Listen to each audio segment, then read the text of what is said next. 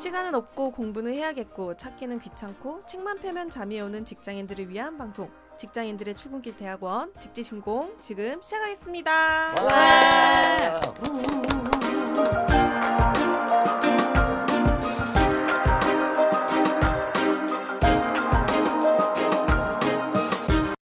네, 드디어 무시무시한 논문을 다루는 것이 기대가 되는 스텔라입니다. 네, 이 이름은 왜 이렇게 무시무시하게 되었을까요? 그죠? 쿱니다는 해야 되는군요. 네, 쿱니다. 안녕하세요, 달입니다. 네, 안녕하세요, 진아입니다. 네, 오늘은 이제 마키아벨리즘에 대해서 한번 다뤄보려고 하는데 논문이 엄청 역사가 깊네요. 1996년도. 네. 네.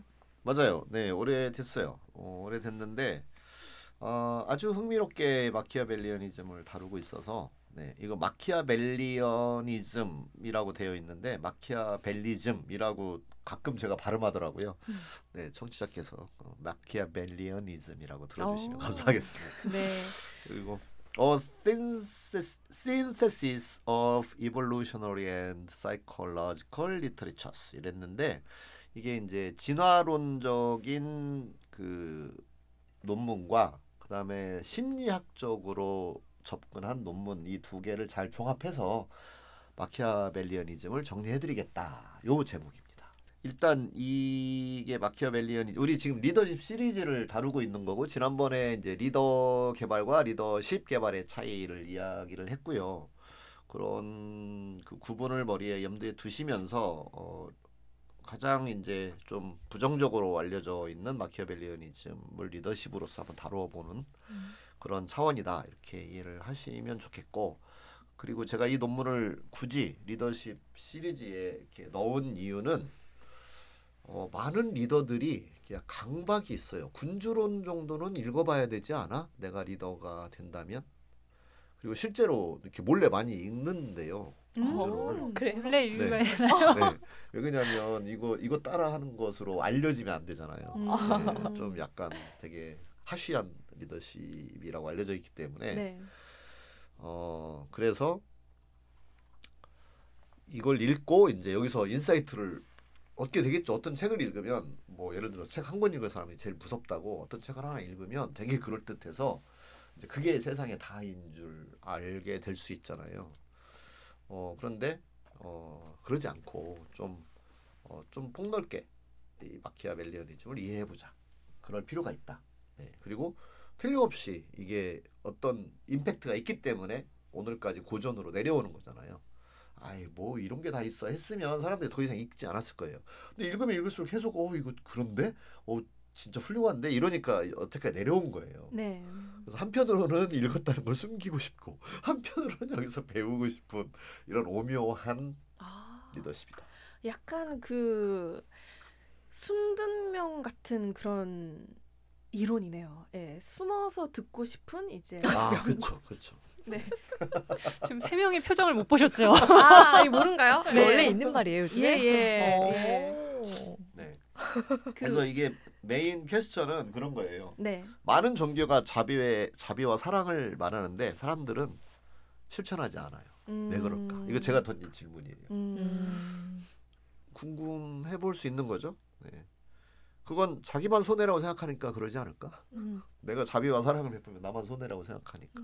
그렇다면 무자비나 매정함이 바람직한 전략인가? 이것에 대해서 사실 대답하기 어렵죠. 무자비와 매정함이 바람직한 전략으로 많은 사람이 쓴다면 밖에 나가기 두려운 세상이 될 것 같아요. 네. 그러면 자비와 사랑을 베풀면 좋을 텐데. 근데 또 그것도 안 해. 그러면 사랑을 베풀지 않고 자비를 베풀지 않으면 무자비한 거죠. 근데 물론 이제 뉘앙스가 좀 다르게 해석되긴 하지만 우리는 이 사이에서 항상 갈등하고 고민하고 있는 것 같다. 근데 그거를 이 논문을 가지고 한번 정리해 보자. 그런 겁니다. 네. 재밌겠죠? 네. 네. 대답이 1초 있다가 나오네요. 다른 논문보다 확실히 텐션이 있게 시작하는 건 맞는 것 같아요. 네. 이게 Psychological Bulletin이라는 그 저널에 실린 논문인데요. 이거 되게 임팩트 팩터가 되게 좋아요. 탑 티어에 있는 논문이고 그래서 이 저널이고 이 논문도 그래서 매우 훌륭한 논문이다. 우선 이렇게 관심을 갖고 들어주시면 좋겠다라는 말씀을 먼저 드리고요. 그리고 그 사람이 왜 썼냐면 자기 한 자리 좀 얻고 싶어가지고 군주한테 이렇게 어드바이스를 한 거예요. 네, 이렇게 하시면 좋을 겁니다. 그렇게 어드바이스를 한 책입니다. 근데 그게 별로 군주에게 마음에 들었을 거예요. 자기에게 뭐 이래라 저래라 하는 조언이. 그죠? 예, 그래서 시반 뭐 고통을 당하고 그랬어요. 네, 근데 이 책 때문에 어떡해. 그랬는지 아닌지 지금 제일 잘 기억이 안 나요. 뭐 어쨌든 그 유래는 그렇다 그런 거고요. 이 책에 나오는 그 한 구절이 뭐 이런 게 있답니다. 사람들은 너무 단순하고 즉각적인 필요에 순응하기 쉬워서 속이는 자가 그의 속임수의 희생양을 찾지 못할 일은 결코 없다. 그러니까 속여먹기 쉽다 그런 얘기예요. 인간은. 네. 그냥 그러니까 군주가 좀 속여먹으면서 군주 노릇을 하시는 게 좋습니다. 요 이야기예요. 어떻게 생각하세요? 그거 어떻게 생각해서 얘기 가기 전에 우선 이렇게 간단하게 마키아벨리즘의 기원이나 이런 얘기가 앞에 좀 나오고 이 논문을 보면 그래서 아까 얘기한 것처럼 한편에서는 진화론적으로 마키아벨리즘이 어떻게 발전되어 왔고 또는 진화론으로 설명될 수 있는지 이런 걸 검토하는 파트가 이제 하나고 네. 그다음에 뒤에는 심리학적으로 그것을 검토해보고 있다. 이렇게 큰 맥락 두 개의 큰 줄기가 있다. 이 정도 갈피를 잡고 시작하면 좋을 것 같습니다. 어떠신가요? 이 속여 먹기 쉽다. 우리가 평소에 좀 잘 속여 먹으면서 사는 걸까요? 속여 먹기 쉽다라는 표현은 저는 일부 동의해요. 네. 왜냐하면 그 사람은 이제 우리가 협업하는 존재라고 생각을 하거든요. 그러니까 더불어 살아가는 그런 존재라고 생각을 해요. 뭐 한 아이를 키우려면 뭐 한 마을이 필요하다 이런 표현이 있듯이 그렇기 때문에 인간이 생존하기 위해서는 이제 서로 일을 도모하는 게 필요했을 거고 그러기 위해서는 상대방을 이제 신뢰하는 마음이 깊이 이제 뿌리 깊게 있지 않나. 그래서 누군가가 나에게 하는 말을 저건 거짓일 거야라고 이제 생각하기보다는 더불어 함께 살아가기 위해서는 이제 믿음으로써 들으려고 하는 시도가 더 많지 않을까? 근데 그걸 누군가 생각을 이용해 합니다. 먹으려고 네. 할 수 있다. 그쵸. 그래서 네. 상대는 신뢰하니까 쉽게 속을 수 있다. 다른 분들은 어떠실까요? 네, 한번 말씀해 보시죠. 저는 이 인간은 속이기 쉽다 혹은 아니다 이 명제 자체에 대해서 뭐라고 말을 하고 싶지가 않아요. 왜냐하면 이 명제에 지금 깔려있는 전제 자체가 그럼 인간은 속이는 존재다 혹은 속임을 당하는 존재다라는 관점이 녹아져 있는 거잖아요. 네. 저는 사람을 그렇게 보고 싶지 않아서 이 명제까지 가고 싶지가 않아요. 네, 우리가 그러고 싶지 않죠. 그런 인간으로 보고 싶지 않은데 어떤 분 제가 누군지는 모르겠어요. 누군가 얘기를 들었는데 인간의 관계는 모두 속이려는 자와 속지 않으려는 자의 관계일 뿐이다 라고까지 말한 게 있어요. 그러면서 예시를 든 게 뭐냐면 우리가 하고 있는 모든 게임을 봐라. 축구 맨날 페인트 모션을 해서 속여 먹으려고 하지 않냐. 그리고 상대는 또 그거로부터 엄청 속지 않으려고 한다. 테니스를 봐라. 상대에게 맨날 속이려고 하지 않냐. 그래서 우리의 모든 제스처들은 발언이나 이런 것들은 상대를 어떻게든 나에게 유리하게 속여 먹으려는 시도를 가지고 있다. 대표적인 예가 화장, 옷 입는 거. 이거 다 속이려는 술수에 지나지 않다라고 보기도 합니다. 한편으로 보면. 저는 그게 되게 이기려는 그런 기본. 경쟁 네, 사회 네. 이런 게 영향이 좀 그게 있는. 이기려는 거의 기본이 뭐냐면 내 유전자가 전수되는 게 이기는 거죠. 이렇게 거대한 이런 진화론적인 관점에서 보면 내가 누군가에게 선택되고 그래서 내 유전자가 남아야 돼요. 그러니까 우리가 이력서 쓸 때도 뭔가 이겨야 돼. 그러면 뭐예요? 내가 가지고 있는 수많은 나의 경력 중에서 좋은 것만 써서 속이려 하는 거죠. 이를테면 이제 이게 관계가 우리가 아름답게 보면 정말 아름다운 건데 그쪽으로 보면 정말 그렇구나. 뭐 이거 부인하기 쉽지 않더라고요. 근데 그렇죠. 여기에서 그 속임의 정의 혹은 그 층위에 대해서 한번 정리를 해봐야 될 것 같아요. 그러니까 이게 저는 1차적으로 딱 속임수라는 말을 들었을 때 뭐 사기, 기만, 거짓말 이런 느낌이 떠올랐는데 아까 쿠가 예를 들어서 설명해 주신 거 뭐 화장이라던가 아니면 사회적인 마스킹이라던가 이거는 뭐 사기나 기만이라기보다는 허용될 수 있는 범위의 포장 같거든요. 근데 지금 이 마키아벨리가 말한 거는 사기, 기만, 거짓에 가까운 속임이 아니었을까. 같은 범죄에 넣고 있는 거죠. 음. 결국 그것도 뭐 작은 사기라면 사기일 수 있다라고 하는 거고 그냥 그 범죄에 같이 넣고 이제 마키아벨리즘을 이제 파헤쳐 가 보는 거죠. 네. 우리에게는 왜 그런 게 생겨났을까? 네, 그런 검토를 할 수 있는 거죠. 그래서 이제 이걸 이제 하는 그 프린스에 나왔던 또 하나의 문장은 프린스에 나왔던 또 하나의 문장이 아니라 그 마키아벨리언이즘의 강도를 테스트하는 테스트를 네. 만들었어요. 오. 제가 해봤는데 저도 꽤 높게 나오더라고요. 오. 그래서 이제 이거 안 좋은 검사 도구다 이렇게 결론을 내렸어요. 타당성이 낮다. 아, 여기 내가 나오는 속이려는 게 아닐까? 네네. 아, 여기 논문에 나오는 그 테스트를 해보신 네, 거예요? 해봤는데 어. 그러니까 중위보다 조금 위더라고요. 음. 그래서 나도 꽤 조작적 인간이네. 뭐 이런 이제 생각을 하게 된 거죠. 음. 그래서 never tell anyone the real reason you did something unless it is useful to do so. 그래서 뭔가 실제로 자기가 하고자 하는 걸 진짜 밝히는 게 진짜 유리한 것이 아니라면 말하지 마라. 몰래 해라. 이게 몰래 해라니까 속임수죠. 네, 속임수. 그래서 지금 우리가 하고 있는 퍼실테이션은 이 모든 마키아벨리즘에 대한 도전이다. 이렇게도 볼 수 있어요. 이걸 다 정보를 공개하고 최대한 속이지 않는 어떤 결정을 하고 정보 교환을 하자라고 하는 게 퍼실테이션이기 때문에 이거와 되게 많은 그래서 오늘날 이제 리더십이 이쪽으로 와 있잖아요. 네. 쉐어드 리더십이라든지 그다음에 수평적 리더십이라든지 학습 조직이라든지 이런 것들이 다 사실 다 공개하자, 속이지 말자라고 하는 것이 오늘날의 경향입니다. 근데 여전히 마키아벨리즘에 머물러 있는 그런 게 있는데 유전적으로 너무 강력하다면 참 벗어나기 어렵다 이렇게 얘기할 수 있겠죠. 그래서 이 마키아벨리언이즘은 이런 소셜 컨텍스트에서 만들어진 것일 거다. 왜 그러냐면 상대를 속이냐 마느냐의 문제이기 때문에. 네. 그죠? 그러면서 이제 진화론과 연결하면서 로빈슨 크루소우 이야기를 들고 와요. 로빈슨 크루소우 뭐 초등학교 때 읽어서 아마 기억이 잘 안 날 수도 있을 텐데 저도 그래서 이번에 좀 다시 찾아봤거든요. 근데 프라이데이라는 친구를 만나죠. 무인도에서. 네, 무인도에서 이제 그 친구를 만났는데 사실 무인도는 아니었어요. 그러니까 이렇게 뭐죠?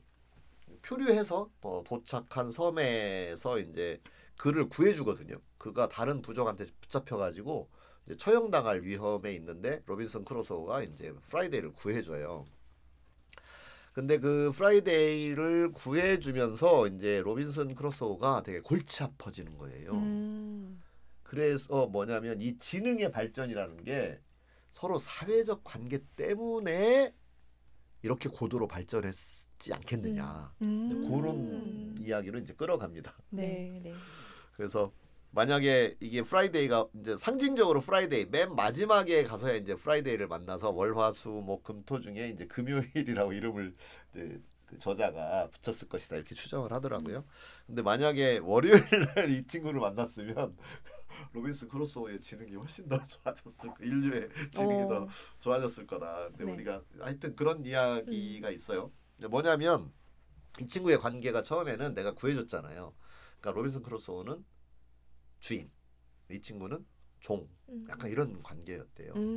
근데 이제 같이 살다 보니까 얘한테 도움 얻을 게 되게 많은 거예요. 그리고 처음에는 이렇게 기독교를 막 전수해주고 자기 문명의 우수성을 막 이렇게 설명해주고 하려고 했는데 살다 보니까 그 친구가 가지고 있는 게 너무 많아서 점점 이제 수평적인 관계가 되고 서로 이렇게 협력하는 관계로 이렇게 발전하게 되는 그 이야기가 이제 그 로빈슨 크루소우의 이야기인데 어쨌든 우리가 관계를 발전시키고 지능을 발전시켜 나가는 것이 진화와 관계되지 않을까?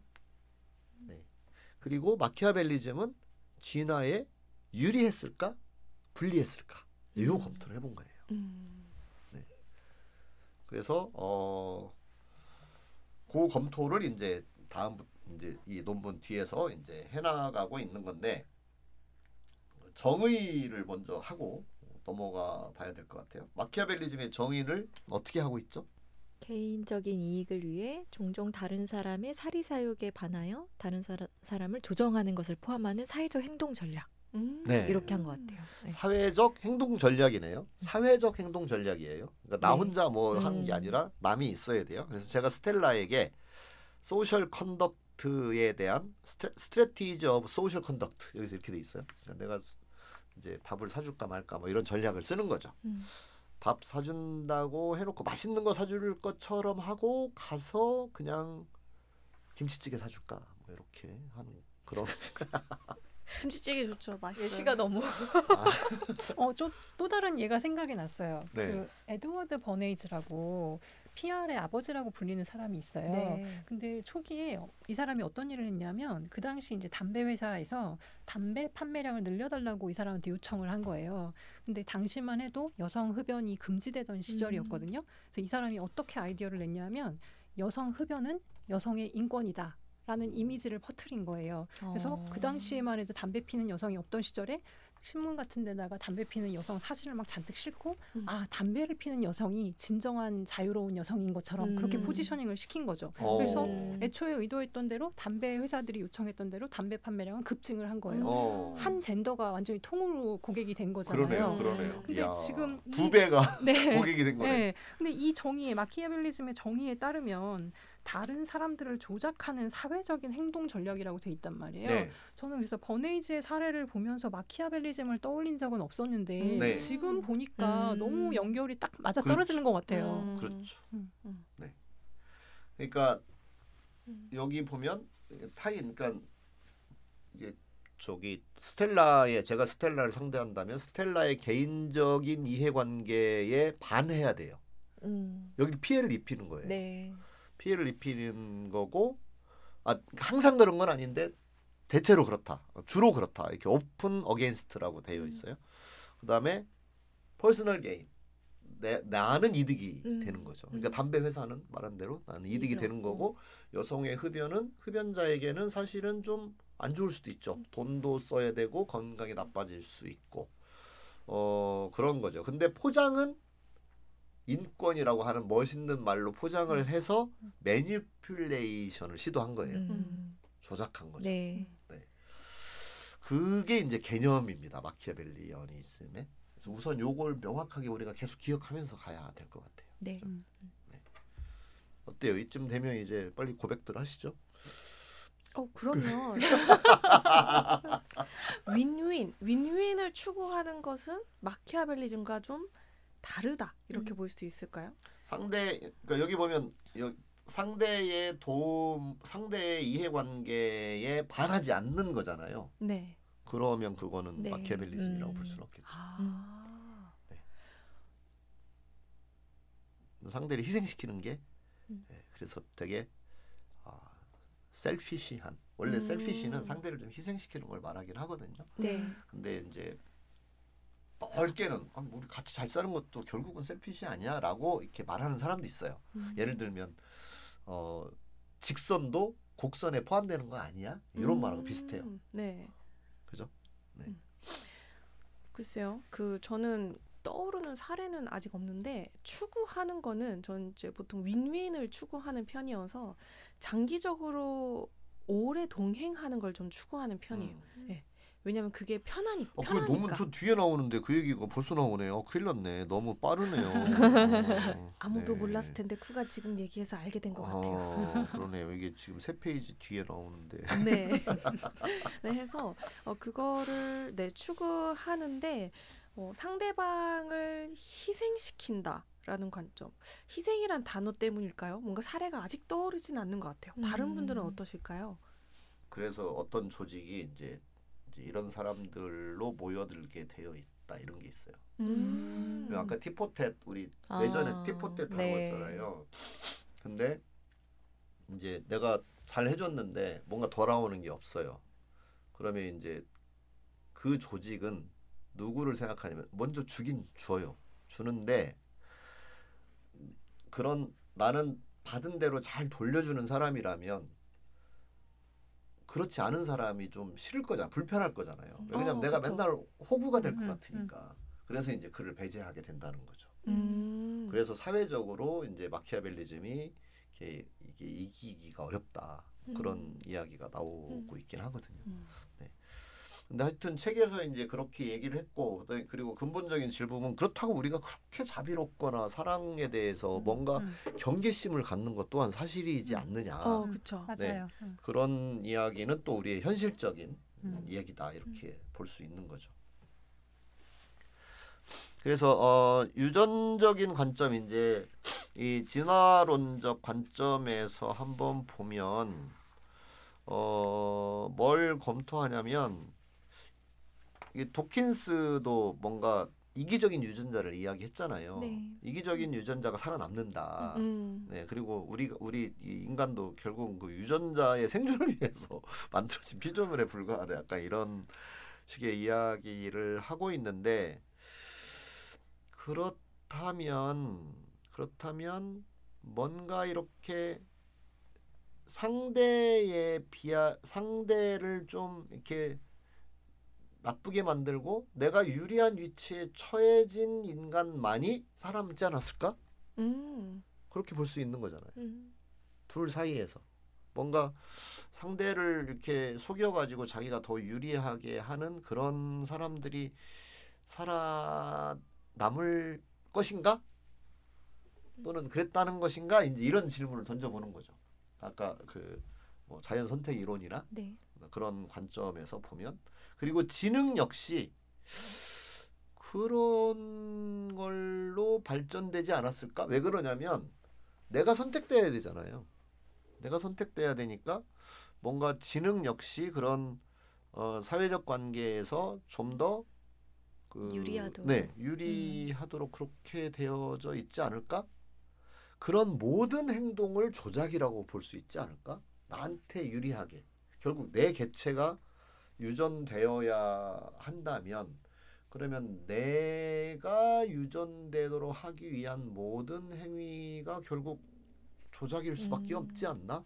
셀피시한 거 아닌가?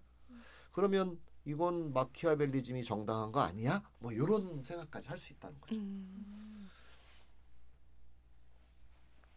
그런데 이렇게 연구를 해보면 꼭 그것만 있는 것은 아니지 않느냐. 우리에게는 신뢰도 있고 충성심도 있고 도덕성. 그런 도덕성 이런 것들이 다 있는데 그렇게 볼 수 있는 것만은 아닌 것 같다. 그래서 이 마키아벨리즘을 너무 그렇게 넓게 인간이 살기 위해서 하는 모든 게 마키아벨리즘이야. 이렇게 말해서는 좀 문제가 풀리지 않는다. 그럴 것 같아요. 네, 그래서 좀 축소를 해보자. 이렇게 논의를 전개를 하고 있습니다. 축소한다고 하니까 한결 마음이 편해지네요. 그래요? 그렇죠. 네. 모든 것에 적용될 걸 상상하니까 상상이 잘 안 돼가지고 네, 좋네요. 네. 네.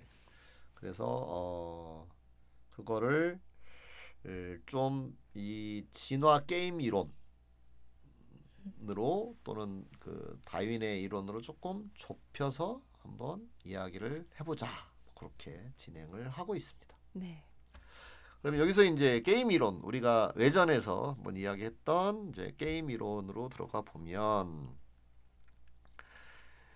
게임 이론에서 우리가 게임 이론에서 어떨까요? 그 죄수들은 어떤 선택을 할까요? 죄수들은 왠지 누설하는 것을 선택할 가능성이 더 높을 것 같아요. 맞아요. 네. 맞아요. 왜냐하면 그 죄수잖아요. 죄수이다 보니까 어떤 사회적 잘못을 저질러서 들어간 사람이기 때문에 기본적으로 이제 사람에 대한 그 신뢰 대한 부분이 조금 약한 편이지 네, 않을까. 맞아요. 네. 네, 지난번 우리가 외전에서 다루었을 때 스텔라가 뭘 얘기했냐면 둘이 공모할 정도면 신뢰가 있지 않겠냐 이런 거 전제가 있었어요. 진화도 그죠. 네. 네, 여기서 만약에 그래서 여기서 조건을 구분을 해주는데 뭐냐면 랜덤으로 짝을 이루게 된 경우에는 배반을 많이 한다는 거예요. 그렇죠. 실험해봐. 랜덤이면. 네. 근데 그게 이제 뭐냐면 그 터미널에 있는 식당 이런 게 케이스예요. 터미널에 있는 식당은 손님들이 랜덤으로 와요. 네. 그러니까 굳이 맛있는 음식을 만들어 주려고 하지 않아요. 음. 배반하는 거죠. 근데 이제 단골로 이렇게 주택가에 있는 그런 단골 식당은 뭐냐면 이미 알고 있는 협력자예요. 그래서 나는 맛있는 걸 해주고 그러면 저 사람은 우리 집을 자주 오게 될 거야 라는 보다. 네. 그리고 내가 이 집을 자주 가주면 나에게는 좀 더 특별한 뭔가 더 맛있게 해주는 게 있겠지. 이제 이런 게 작동을 하는 거죠. 네네. 그래서 이제 뜨내기 손님과 단골 손님으로 구성된 그런 이제 식당 고객층에 따른 것을 이렇게 비교해서 생각해 볼 수 있는 거죠. 네. 그래서 둘이 서로 이제 관계가 있고 랜덤이 아니라 이미 좀 신뢰가 쌓인 사람들이라면 그들은 어떤 단골 손님과 같은 그런 전략을 쓰게 될 것이다. 그런 거죠. 그러니까 뭐 맨날 마키아벨리즘은 아니야. 맨날 그쵸. 조작은 아니야. 뭐 그 얘기입니다. 네. 그리고 한편 그 단기적 생존을 위해서는 마키아벨리즘이 되게 효과적일 유리하죠. 것 같아요. 유리할 것 같아요. 네. 근데 장기적으로 보면은 내 주변에 어떤 사람이 마키아벨리즘적 그런 모습을 계속 보인다라고 하면 매력이 떨어져 보일 것 같아요. 어떤 그렇죠. 매력이냐? 함께 무언가를 이제 도모하고 싶은 그런 이제 같이 뭔가를 하고 싶다, 같이 곁에 있고 싶다라는 그런 측면에서의 매력이 좀 떨어져 보이지 네. 않을까. 네. 그러면 이제 리더로서의 이제 전략이 필요한 거겠죠. 그러니까 리더십을 우리 큰 틀에서 이야기하고 있는 거니까요. 네. 그러면 리더십은 우리가 모든 구성원들이 좀 더 어떤 성과를 잘 낼 수 있는 쪽으로 이렇게 발전되어 가는 걸 만드는 거잖아요. 그랬을 때 구성원들이 마키아벨리즘적으로 전략을 구사하게 할 거냐, 아니면 협력자로서 전략을 구사하게 할 거냐. 거기에는 지금 우리가 이야기한 게 하나는 서로 좀 신뢰가 쌓이는 게 중요한 것 같다라는 게 하나 있었고, 그다음에 장기적이냐 단기적이냐인 네. 거죠. 그래서 조직에서 요즘 리더십을 발휘하기 어려워하는 상황 중에 하나가 뭐냐면 본인들이 구성원들이 자신의 회사를 평생 직장으로 생각하지 않고 있다. 이런 거예요. 네. 그러면 이제 마키아벨리즘이 더 유용하다라고 볼 수 있겠죠. 그렇지 않나요? 네, 이게 쉽지 않아요, 그죠? 왠지 도덕적으로 마키아벨리즘은 아니었으면 좋겠는데. 요즘의 시대가 이제 구성원들이 너무 똑똑하잖아요. 그 똑똑하다라는 면이 이제 동일한 정보를 같이 이렇게 흡수할 수 있는 그런 시대에 살고 있기 때문에 그런 면을 놓고 봤을 때 이제 우리 조직에 오래 안 머무를 건데 뭐라고 생각한다면 이 마키아벨리즘이 정말 타당해 보일 수 있지만 그 현 시대에 정말 인재라고 말할 수 있는 사람이 선호하는 직장이 어떤 곳이냐를 놓고 봤을 때 인재가 오게끔 만들어야 되는데 그런 면에서 이것도 장기적으로 좋은 전략은 아닌 것 같다로 네. 보이기도 하는 거죠. 근데 만약에 CEO가 욕심이 별로 없어요. 나는 요 정도 사이즈에서 그냥 계속 가고 싶어 라고 한다면 마키아벨리즘 나쁘지 않은 것 같아요. 그러니까 이게 구성원들도 마키아벨리즘을 구사하는 거죠. 네.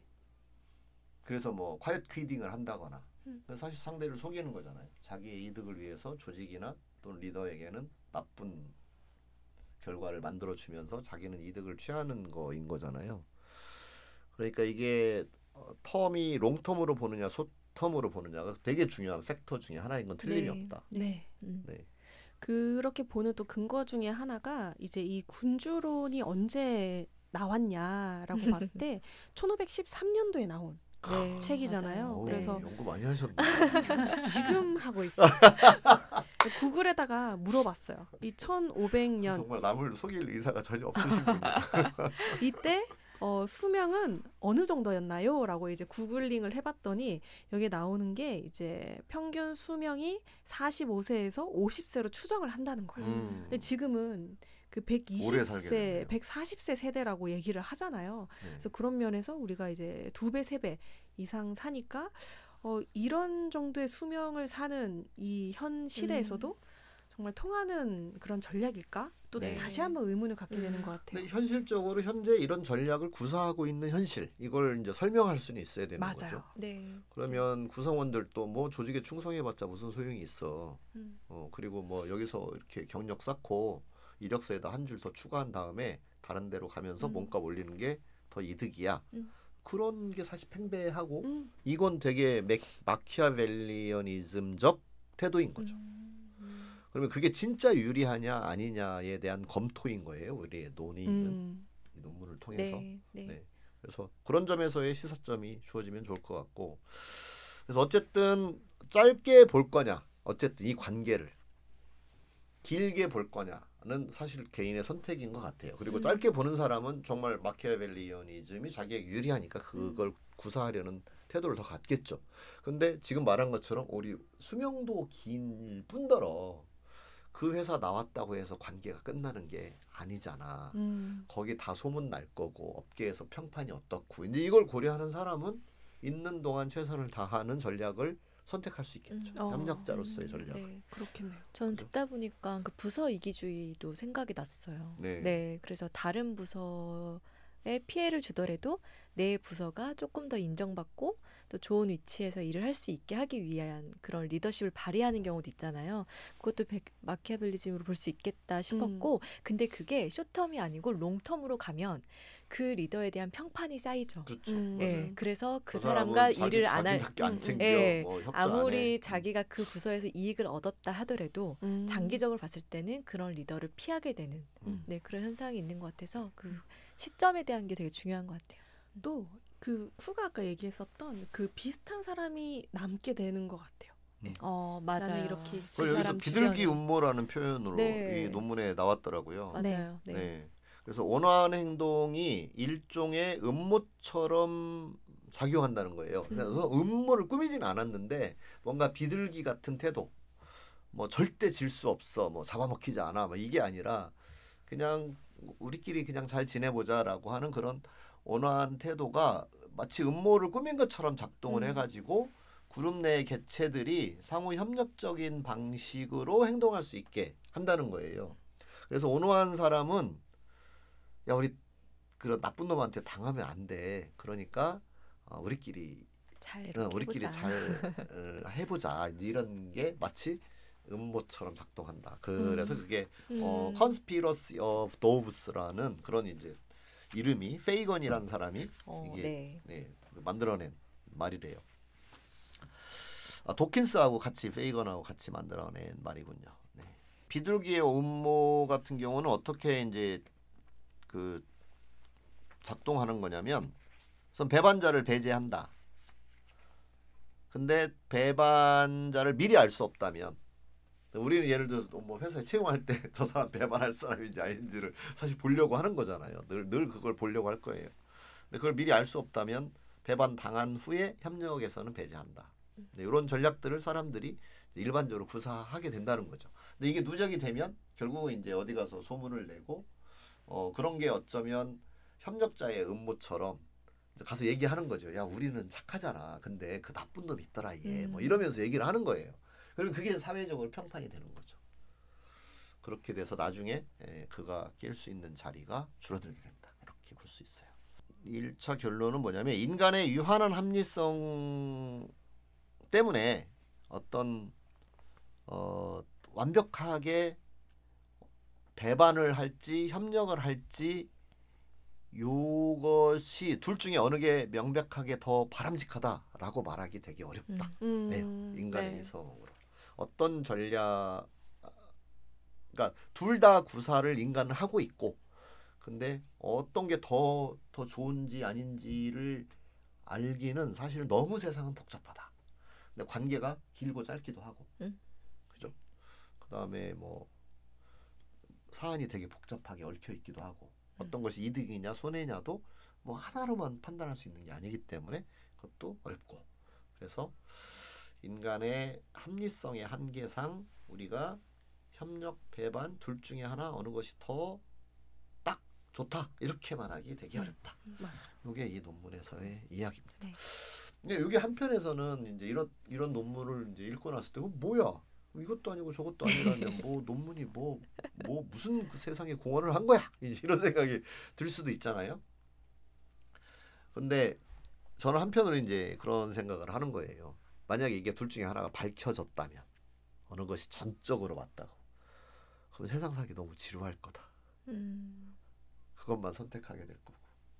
근데 또 세상이 그렇지 않은 게 그것만 선택하게 되면 또 그거로부터 배반을 통해서 예를 들어서 협력이 유리하다는 게 밝혀졌어요. 그럼 막 사람들이 막 협력을 하려고 막 할 거잖아요. 그러면 그때는 무슨 일이 생기냐면 누군가에게 한번 배신하면 엄청 개이득이 생기는 거예요. 그러면 또 배반의 이득이 딱 커지게 되는 거죠. 그러면 세상 뭐야 우리 협력으로 사는 거 인생을 잘못 사는 거였어. 우리 배반해야 돼. 라는 걸 또 배우겠죠. 그러면 또 이제 배반을 하게 돼요. 배반을 하니까 서로 스트레스 받고 서로 막 소송하고 서로 막 못 믿어서 뭐 막 챙길 게 많아지고 복잡해져. 야 우리 협력하자. 이렇게 또 바뀌겠죠. 그래서 왔다 갔다 하는 거다.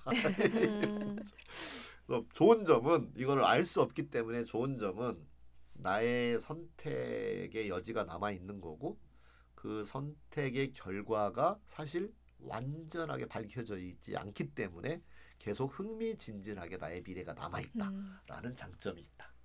그렇죠. 네. 그리고 제가 그 지난 이제 에피소드 때 이제 얘기 드렸던 그 기브 앤 테이크를 구분하지 못한 세계에서 살다가 책을 통해서 구분할 수 있는 세계에 사는 그 삶이 또 다른 부분인 거잖아요. 그래서 이 논문을 통해서 이제 어떤 전략을 구사하는 것이 좋은 면과 그리고 또 어두운 면을 동시에 볼 수 네. 있게끔 도와주는 것 그런 면에서의 되게 도움이 네. 되는 부분인 네. 것 같아요. 이제 감정 부분 이야기도 이 논문에서 조금 나오는데요. 그 감정이라고 하는 게 생겼잖아요. 그러니까 속이고 싶은 마음 막 이런 게 생겨나는 걸 거잖아요. 그다음에 속임을 당했을 때 배신감 뭐 이런 감정이 생겼을 거잖아요. 그래서 요게 이 감정이라고 하는 건 진화를 통해서 어떤 약속 장치로서의 기능을 했을 거다. 이렇게 설명을 하고 있어요. 그거 되게 재밌는 것 같아요. 감정이 사회적 약속 장치다.